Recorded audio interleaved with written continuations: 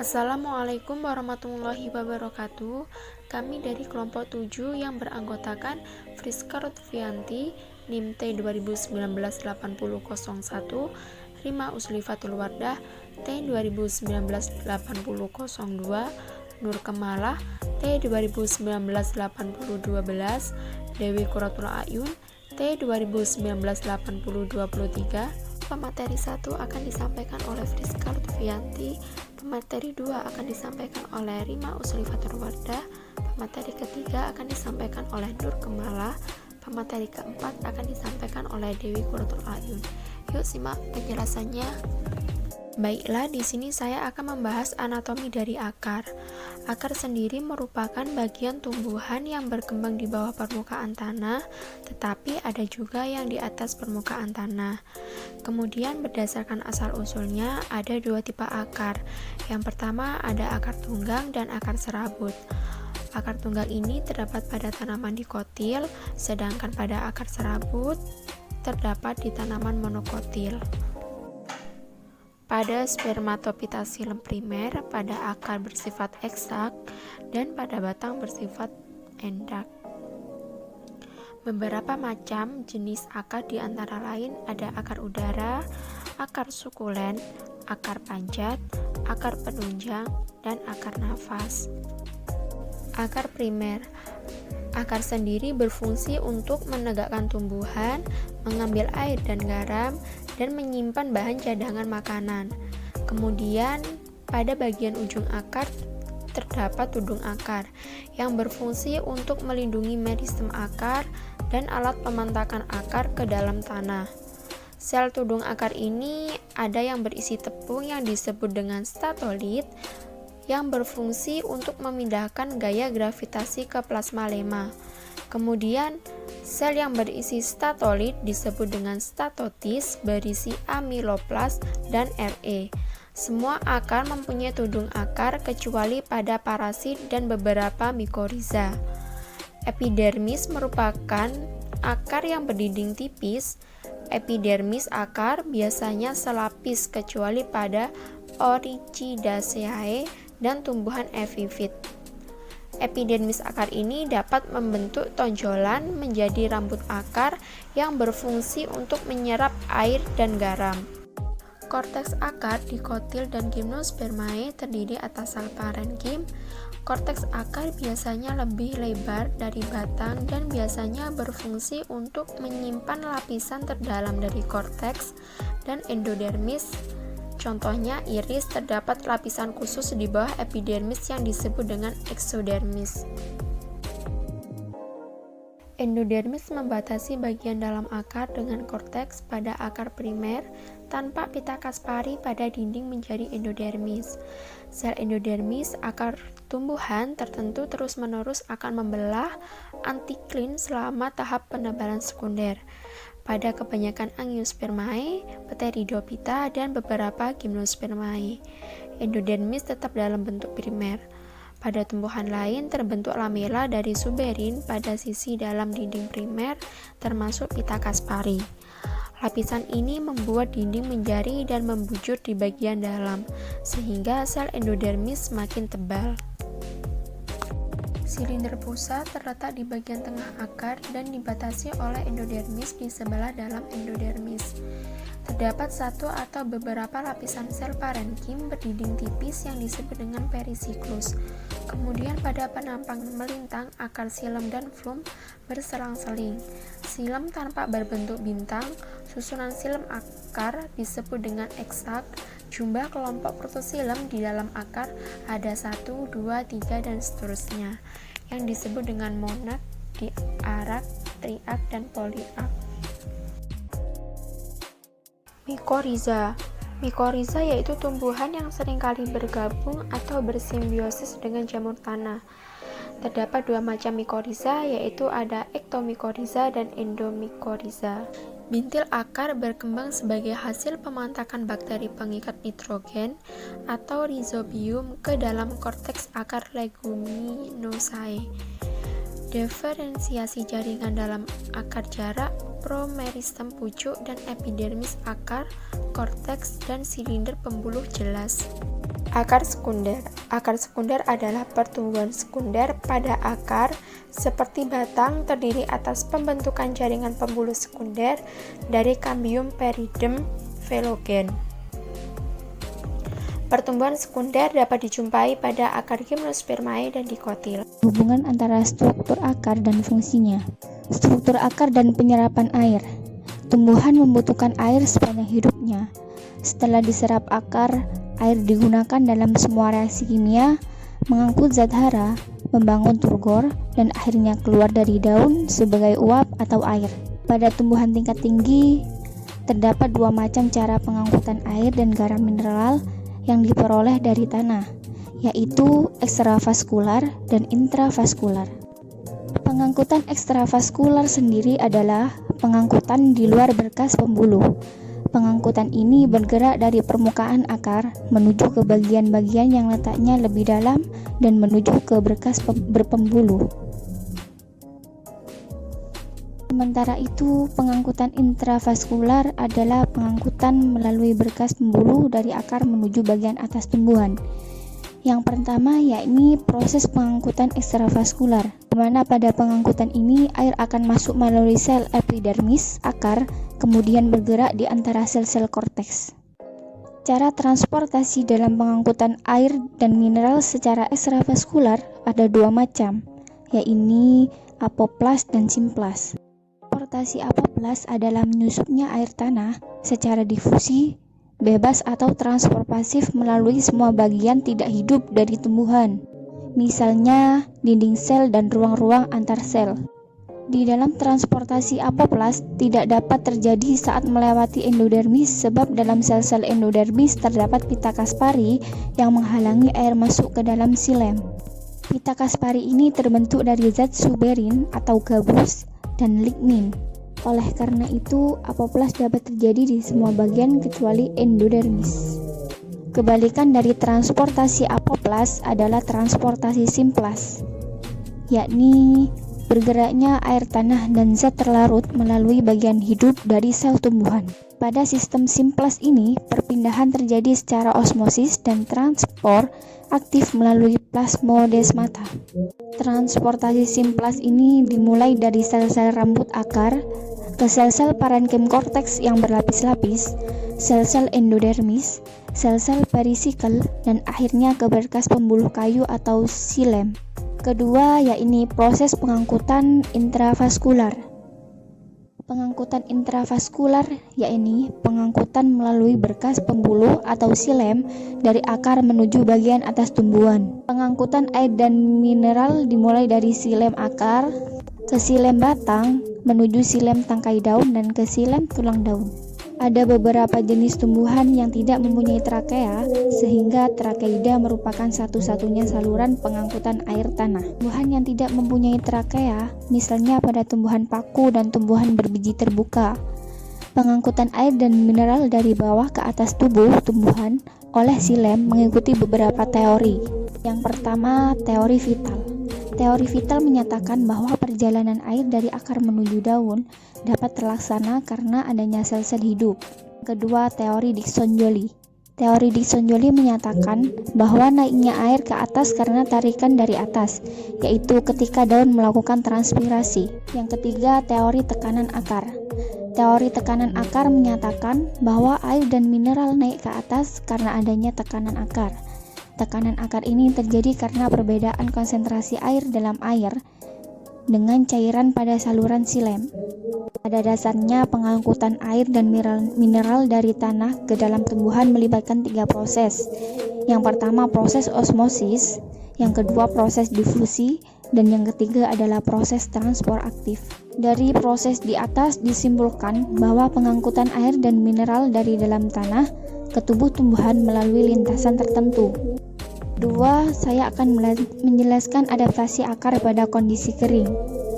Pada kondisi kering, akar beradaptasi dengan membentuk kulit yang tebal, sklerifikasi sel korteks dan isolasi silinder, ulu peridem atau nekrosis parenkim korteks. Xilem berkembang dengan baik sehingga dapat membantu pengangkut air dengan cepat. Sejumlah lapisan korteks akar primer tumbuhan gurun pasir berkurang sehingga jarak antara tanah dengan stele semakin pendek. 3. Saya akan menjelaskan mengenai hubungan antara sistem pembuluh akar dan batang. Sistem pembuluh primer akar dan batang berbeda struktur dan arah perkembangan menjarinya. Protoksilem pada akar bersifat exarch, sedangkan pada batang bersifat endarch. Pada pertemuan sistem pembuluh akar dan batang, terjadi adaptasi satu dengan yang lainnya. Daerah ini disebut daerah peralihan atau leher akar. Garis tengah pada daerah peralihan lebih besar daripada garis tengah akar maupun batang. Karena daerah ini terjadi pembelahan, perputaran, perbanyakan, dan penggabungan untaian xilem dan floem. Penjelasan yang keempat yakni perkembangan ontogeni batang. Pada pucuk batang biasanya terdiri atas aksis, yakni epikotil yang berisi beberapa buku yang belum memanjang dan beberapa primordia daun. Pada perkecambahan biji, embrio membesar dan mulai tumbuh. Meristem pucuk batang muda menambah primordia daun dan buku. Panjang buku beragam pada spesies yang berbeda. Pada tumbuhan yang daunnya tersusun pada roset basal, bukunya sangat pendek. Namun, sebagian besar spermatopita, bukunya memanjang. Tiap ruas terdapat satu atau lebih daun. Susunan daun disebabkan oleh adanya interaksi dalam pucuk atau pengaruh jaringan dewasa di bawah pucuk melalui perikambium. Ada 3 teori utama yang mendasari penelitian mengenai interaksi lokal dalam pucuk ini. Yang pertama yakni teori ruang pertama yang tersedia atau First Available Space Theory. Menurut teori ini, primordial daun meningkat dalam ruang pertama yang mencapai lebar minimum yang jarak minimum di bawah pucuk batang. Yang kedua, teori lahan daun atau lahan primordial. Menurut teori ini, primordial bersama dengan bagian meristem pucuk membentuk unit fisiologi. Primordial dibentuk pada tempat yang khas. Yang ketiga yakni teori pilihan ganda daun. Menurut teori ini, sifat mitosis khusus dipindahkan secara akropetal yang berujung pada pusat pembentukan daun. Penjelasan selanjutnya yakni batang primer. Batang primer berkembang dari protidum, prokambium, dan meristem dasar. Susunan dan struktur jaringan primer batang adalah sebagai berikut. Yang pertama, batang dikelilingi epidermis. Di antara sel epidermis ada yang berubah menjadi sel penutup, indioblast, dan berbagai tipe trikoma. Di sebelah dalam epidermis terdapat korteks yang terdiri dari beberapa tipe sel. Korteks yang paling sederhana seluruhnya terdiri atas sel parenkim yang berdinding tipis pada pelargonium, retama, dan salicornia. Yang kedua, batas antara korteks dan sele adalah endodermis. Endodermis batang berbeda dengan endodermis akar. Sel endodermis terdiri atas sel hidup yang berbentuk silinder kosong. Dinding endodermis mempunyai struktur yang khas dan khusus. Di sebelah dalam endodermis adalah stele yang berisi sistem pembuluh. Pada Gymnospermae dan sebagian besar Dicotyledonae, sistem pembuluh terdiri atas silinder bercelah dan bagian tengahnya disebut empulur. Terdapat 2 tipe jaringan pembuluh, yakni floem yang biasanya terletak di bagian luar dan xilem yang biasanya terletak di bagian dalam. Xilem dan floem membentuk berkas pengangkut. Ada 2 tipe berkas pengangkut, yakni sebagai berikut. A. Kolateral. Tipe kolateral dibedakan menjadi kolateral tertutup dan kolateral terbuka. B. Bikolateral. Berkas pengangkut tipe bikolateral terdiri atas 1 bagian xilem di tengah serta 1 bagian floem di sebelah luar. C. Konsentris atau terputus. Berkas pengangkut tipe konsentris terdiri atas xilem yang dikelilingi oleh floem atau sebaliknya.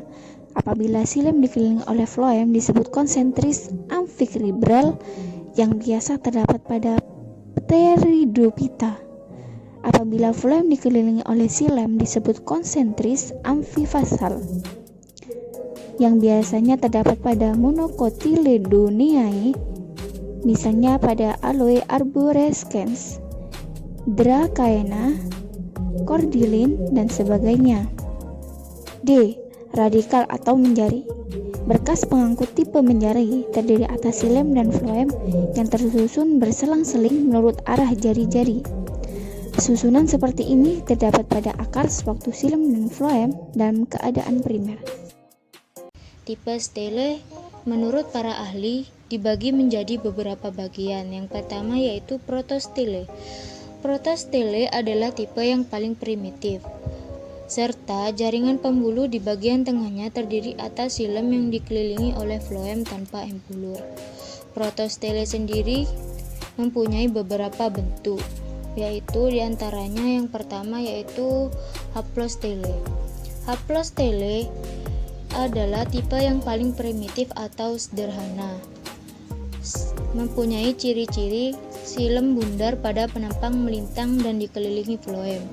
Contoh dari haplostele adalah Sirenia yang telah berubah fosil dan Selaginella. Yang kedua yaitu actinostele. Actinostele memiliki ciri-ciri tepi xilem tidak rata, melainkan berombak atau membentuk jari-jari dengan floem di antaranya. Yang kedua yaitu silinder pembuluh pada akar tumbuhan berbiji digolongkan sebagai actinostele. Contoh dari actinostele terdapat pada batang Xylotum. Yang ketiga adalah Plectostele. Plectostele adalah xilem terbagi menjadi bagian-bagian yang sejajar satu sama lain dengan floem terdapat di antaranya. Contoh dari Plectostele terdapat pada batang Lycopodium. Yang keempat yaitu stele dengan empulur campuran. Stele dengan empulur campuran mempunyai ciri-ciri xilem bercampur dengan sel-sel parenkim empulur. Contohnya yaitu pada pakuan-pakuan primitif. Yang kedua yaitu siphonostele. Siphonostele sendiri adalah modifikasi dari protostele, dengan ciri-ciri adanya empulur di bagian tengahnya yang terdiri atas sel-sel parenkim. Yang kedua terdiri dari siphonostele ectofloem dan siphonostele amphifloem. Siphonostele ectofloem mengelilingi xilem, terdapat empulur di bagian tengah, contohnya adalah batang Acorus. Siphonostele amphifloem adalah floem terdapat di sebelah luar dan sebelah dalam dari xilem. Contohnya adalah Adiantum dan Marsilea. Yang ketiga yaitu solenostele. Solenostele adalah modifikasi dari siphonostele dengan adanya jendela daun. Jendela daun merupakan bagian parenkimatis yang terdapat langsung di atas pembelokan berkas pengangkut yang menuju ke daun. Jendela daun pendek. Tidak ada tumpang tindih antara jendela daun yang satu dengan yang lainnya. Dibedakan menjadi Solenostele amphifloem dan Solenostele ectofloem. Solenostele ectofloem sendiri terdapat jendela daun yang overlap satu sama lain yang disebut dictyostele. Terdapat struktur konsentris yang terdiri atas xilem di bagian sentral dan dikelilingi oleh floem. Berkembang secara yang selanjutnya adalah Solenostele amphifloem, yaitu berkembang secara evolusioner menjadi eustele. Yang selanjutnya adalah eustele. Eustele terdiri atas berkas pengangkut kolateral atau bikolateral. Eustele modifikasi siphonostele di mana sistem vaskular terdiri atas suatu lingkaran berkas-berkas pengangkut kolateral atau bikolateral dan terletak di sebelah perifer. Selanjutnya adalah Stele polycyclus. Stele polycyclus memiliki tipe yang paling rumit di antara paku-pakuan. Strukturnya adalah siphonostele, terdiri atas 2 atau lebih silinder terpusat dari jaringan pembuluh. Selanjutnya adalah Atactostele. Atactostele adalah tipe stele yang berkas pengangkutnya tersebar seperti pada monocotyledon. Yang selanjutnya adalah polystele. Polystele yaitu batang yang memiliki lebih dari satu stele. Yang kedua yaitu batang sekunder. Batang sekunder yaitu pertumbuhan sekunder terjadi akibat aktivitas sel-sel meristem lateral. Ada 2 macam meristem lateral yaitu kambium vaskular dan kambium gabus. Kambium vaskular sendiri terletak di antara xilem dan floem. Selanjutnya, pertumbuhan sekunder merupakan pertumbuhan yang disebabkan oleh kegiatan jaringan kambium. Aktivitas kambium vaskular menghasilkan sel-sel baru ke arah dalam membentuk xilem sekunder dan ke arah luar membentuk floem sekunder. Yang ketiga adalah tipe batang. Tipe batang dibedakan atas batang konifer, dikotil berkayu, dikotil tidak berkayu atau perdu, dikotil merambat, dikotil dengan pertumbuhan menyimpang, dan monokotil. Batang konifer. Batang konifer mempunyai berkas pengangkut konsentris amfikibral. Pada floem primer tidak terbentuk serabut. Pada bagian tepi tidak ditemukan adanya endodermis. Selama pertumbuhan sekunder atas, luar floem terlihat dengan adanya jari-jari empulur. Yang kedua yaitu batang dikotil berkayu. Batang dikotil berkayu kebanyakan berbentuk pohon. Daerah antara pembuluhnya sempit. Jaringan sekunder membentuk silinder yang membentang terus-menerus, tidak diputus oleh jari-jari empulur. Pada batang yang sudah tua, empulur terdiri atas sel berdinding tebal dan berwarna tua karena mengandung tanin. Pada floem sekunder banyak dibentuk serabut yang terdiri atas pembuluh pengangkut dan sel parenkim. Selanjutnya adalah batang dikotil tidak berkayu atau perdu. Batang dikotil tidak berkayu atau perdu, pada batang muda terdapat epidermis yang masih terdapat pada awal pertumbuhan sekunder. Pada batang tua akan membentuk perindrem dengan lentisel. Lapisan di bawah korteks berisi kloroplas, kolenkim, dan parenkim. Berkas pengangkut pada batang biasanya kolateral. Selanjutnya yaitu batang dikotil dengan pertumbuhan menyimpang. Batang dikotil dengan pertumbuhan menyimpang, pertumbuhan sekunder yang menyimpang digunakan untuk menunjukkan bentuk keaktifan kambium yang menyimpang dari kebiasaan. Pada beberapa tumbuhan dengan pertumbuhan menyimpang, kambium pembuluh terdapat pada kedudukan normal, namun tubuh sekunder menunjukkan penyebaran xilem floem tidak biasa. Selanjutnya adalah batang monokotil.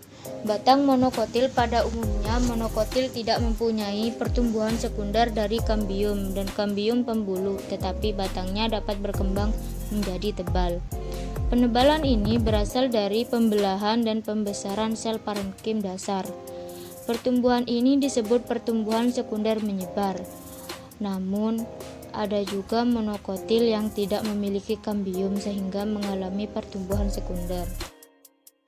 Yang keempat adalah penyesuaian batang pada berbagai habitat.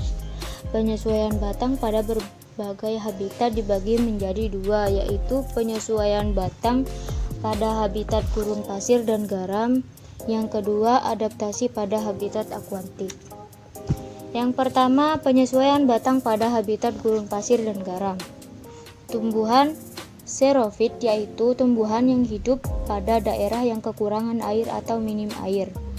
Ciri-cirinya, daun kecil untuk mengurangi penguapan, batang sekuen yang kaya akan air, lapisan kutikula tebal untuk mengurangi penguapan. Berakar serabut yang sangat panjang untuk mencari air dan hara mineral di dalam tanah. Kloroplas hanya pada bagian tepi sel, bagian tengah berisi air. Terdapat empulur, korteks, dan epidermis yang tebal. Contohnya tumbuhan Renata rhaentham. Yang kedua yaitu adaptasi pada habitat akuatik. Adaptasi pada habitat akuatik, daun dan batang di bawah permukaan air banyak mengandung kloroplas tetapi kutilannya berkurang. Kloroplas terdapat pada sel epidermis atau lebih banyak terdapat dalam epidermis daripada di jaringan bagian dalam. Korteks dan mesofil berfungsi sebagai jaringan penyimpan tepung dan lemak. Tidak mempunyai stomata dan pada epidermisnya. Dinding sel tipis untuk mempermudah penyerapan gas. Terdapat lakuna sebagai tempat lewatnya udara yang dibentuk secara skizogen. Jaringan yang paling khusus ditemukan pada batang dan akar nafas yang banyak tumbuhan adalah arenkim. Sistem akar hidrofit biasanya sangat berkurang karena untuk penyerapan air dan garam dilakukan oleh batang dan daun. Demikian pula sistem pembuluhnya, terutama jaringan xilem juga sangat berkurang. Baiklah, untuk materi pembahasan selanjutnya adalah tentang daun. Secara morfologi dan anatomi, daun merupakan organ tumbuhan yang paling beragam. Perbedaan tipe daun spermatopita sangat beragam, baik mengenai struktur dalam dan luar maupun mengenai fungsinya. Karena itu, tipe daun dapat dibedakan menjadi beberapa, yaitu sebagai berikut. 1. Helai daun. Helai daun pada prinsipnya merupakan organ fotosintesis. 2. Katafil. Katafil adalah sisik kuncup atau daun sisik berfungsi untuk melindungi kuncup atau semai dari kekeringan. 3. Hipsofil. Hipsofil merupakan daun yang biasanya agak berbeda dengan daun yang lain dan terdapat dekat dengan ujung suatu kuncup. 4. Kotiledon. Kotiledon kepingan biji yang merupakan daun pertama lembaga. Jumlahnya 1 pada monokotil, 2 pada dikotil, dan dapat sampai 15 pada gimnospermae. Secara histologi, daun tersusun dari 3 tipe jaringan, yaitu epidermis, mesofil, dan jaringan pembuluh. Epidermis. Epidermis daun dari tumbuhan yang berbeda beragam dalam hal jumlah lapisan, bentuk, struktur, susunan stomata, penampilan, dan susunan trikoma. Struktur daun biasanya pipih, jaringan epidermis atas berbeda dengan epidermis bawah. Permukaan atas daun disebut permukaan adaksial dan permukaan bawah disebut permukaan abaksial. Berikutnya, mesofil. Mesofil terdiri atas jaringan parenkim yang terdapat di sebelah dalam epidermis. Mesofil mengalami diferensiasi membentuk jaringan fotosintetik yang berisi kloroplas. Pada kebanyakan tumbuhan terdapat 2 tipe parenkim dalam mesofil, yaitu parenkim palisade dan parenkim spons. Parenkim palisade. Sel parenkim palisade memanjang dan pada penampang melintangnya tampak seperti batang yang tersusun dalam deretan. Sel palisade terdapat di bawah epidermis, bisa epidermis unilateral atau selapis atau multilateral berlapis banyak. Sel parenkim palisade tersusun atas 1 atau lebih lapisan. Apabila tersusun lebih dari 1 lapisan, panjang sel pada tiap lapisan sama, atau semakin ke tengah bisa semakin pendek. Selanjutnya, parenkim spons. Bentuk sel parenkim spons bermacam-macam. Kekhususannya adalah adanya lobus atau rongga yang terdapat antara sel satu dan lainnya. Membedakan antara sel parenkim palisade dengan parenkim spons tidak selalu mudah, khususnya apabila parenkim palisade terdiri atas beberapa lapisan. Apabila palisade terdiri atas beberapa lapisan, biasanya lapisan paling dalam sangat mirip dengan parenkim spons yang ada di dekatnya. Di sini kita dapat melihat gambar penampang melintang dari daun dikotil. Pada lapisan atasnya terdapat epidermis berlapis banyak, dan bawahnya terdapat parenkim palisade. Dan pada lapisan paling bawah terdapat epidermis, dan di atasnya terdapat parenkim spons. Perubahan struktur daun seromorf. Tumbuhan seromorf adalah xerofit yang hidup di habitat gurun dan transpirasinya dapat turun sampai minimum di bawah kondisi kekurangan air. Daun seromorf berukuran kecil. Pengurangan permukaan luar daun dibarengi dengan perubahan struktur dalamnya. Pengurangan ukuran daun dihubungkan dengan pengurangan kecepatan transpirasi. Pengurangan ukuran daun seringkali diikuti dengan peningkatan jumlah total daun pada tumbuhan. Daun seromorf biasanya mempunyai trikoma. Stomatanya tersembunyi ditutupi oleh trikoma. Trikoma hidup yang kehilangan air tidak melindungi tumbuhan dari transpirasi yang berlebihan, seperti yang dilakukan oleh trikoma mati yang membentuk lapisan pelindung. Trikoma lebih merupakan gejala hilangnya air daripada struktur yang berfungsi mengurangi evaporasi. Pada daun seromorf, air dalam daun diangkut oleh tulang daun, sel mesofil, dan epidermis.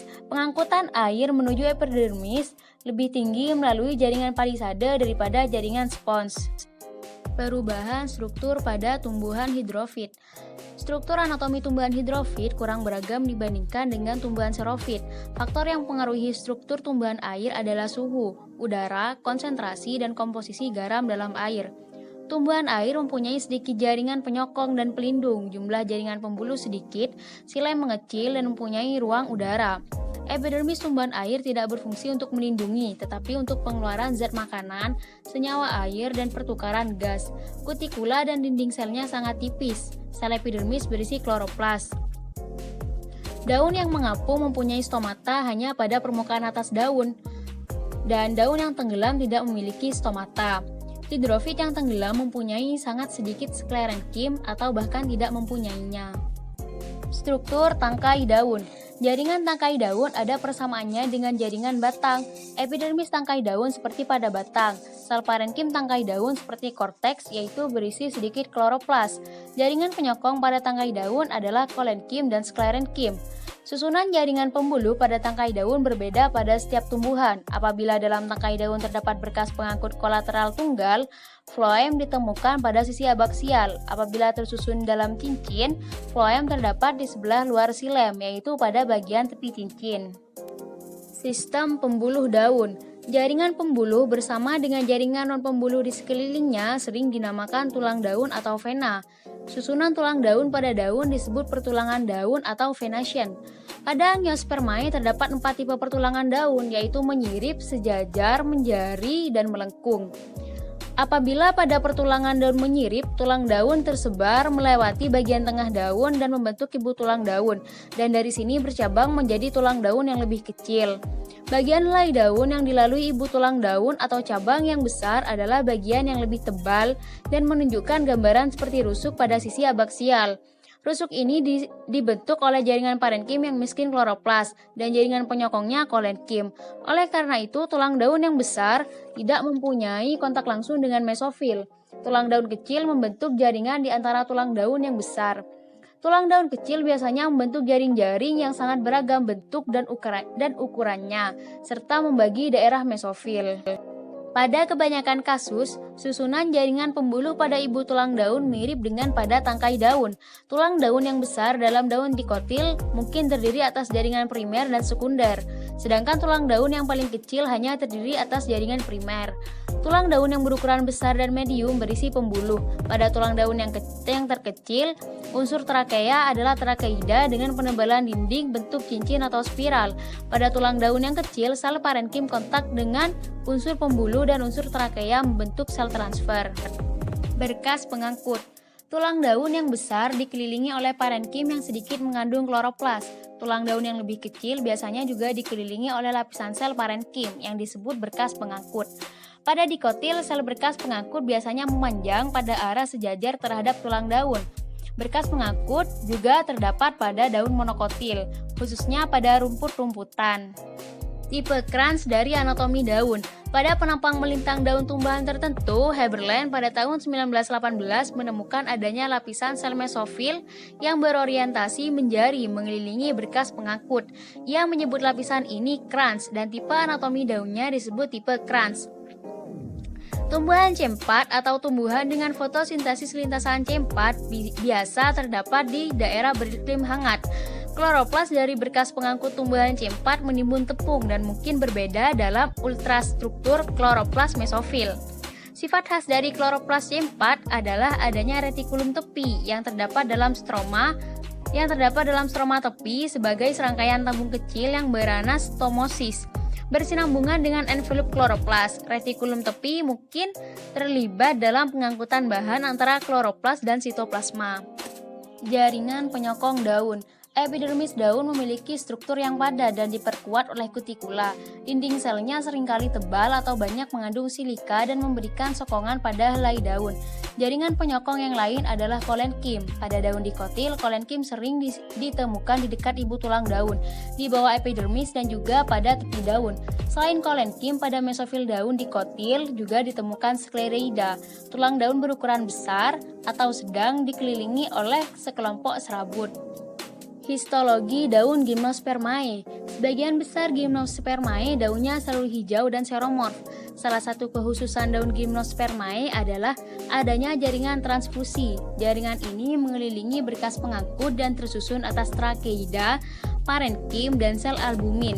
Jaringan transfusi beragam dalam jumlah dan susunannya, tergantung genusnya. Ada dua tipe daun Gymnospermae, yaitu tipe cicas dan konifer. Perkembangan helai daun. Tahap-tahap perkembangan daun dimulai dari inisiasi atau permulaan, diferensiasi awal, perkembangan aksis daun, asal-usul helai daun, dan histogenesis jaringan helai daun. Yang pertama, inisiasi. Inisiasi daun dimulai dengan pembelahan periklin dalam ke kelompok kecil sel pada sisi pucuk. Jumlah lapisan sel yang mulai membelah dan posisinya pada pucuk beragam pada tumbuhan yang berbeda. Misalnya pada rumput-rumputan, inisiasi dimulai dengan pembelahan periklin sel lapisan permukaan pucuk atau lapisan luar tunika dan lapisan di bawahnya. Primordia daun berasal dari lapisan yang paling luar pucuk batang.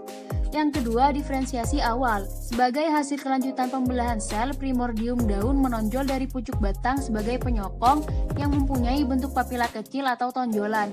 Penyokong daun terdiri atas lapisan protoderm dan untayan prokambium yang tumbuh secara akropetal dan tidak seberapa jauh dari kambium batang. Yang ketiga, perkembangan aksis daun. Pada kebanyakan dikotil dan Gymnospermae, perkembangan aksis daun mendahului helai daun. Hasil perkembangan cepat dari primordia menjadi bentuk seperti kerucut yang runcing dengan sisi adaksial pipih atau rata. Ujung kerucut berfungsi sebagai meristem apikal, tetapi dalam spermatopita, sel pada ujung daun menunjukkan tanda histologi dari pemasakan yang relatif cepat. Yang selanjutnya, asal-usul helai daun. Selama pemanjangan awal dan penebalan aksis daun muda, sel bagian tepi adaksial terus membelah dengan cepat. Pada daun yang sederhana terdapat dua pita seperti sayap yang berkembang pada bagian tepi. Inisial pinggiran adalah sel lapisan paling luar pada tepi helai daun muda. Yang terakhir, histogenesis jaringan helai daun. Pertumbuhan pinggiran berlangsung terus-menerus lebih panjang dari pertumbuhan apikal, tetapi berhenti relatif awal. Pada Nicotiana tabacum, pertumbuhan pinggiran terjadi terus-menerus sampai pada bagian bawah helai daun. Sampai tahap ini, panjang daun mencapai beberapa sentimeter. Pertumbuhan daun dikendalikan oleh faktor genetis, tetapi juga dipengaruhi oleh kondisi lingkungan luar dan dalam. Jadi, bentuk daun pada bagian yang berbeda pada tumbuhan yang sama dipengaruhi oleh faktor dalam. Faktor luar yang mempengaruhi bentuk daun antara lain pasokan air, nutrisi, panjang hari, dan intensitas sinar. Selanjutnya, pengguguran daun. Salah satu fenomena terkenal yang terdapat pada tumbuhan adalah hilangnya organ secara musiman.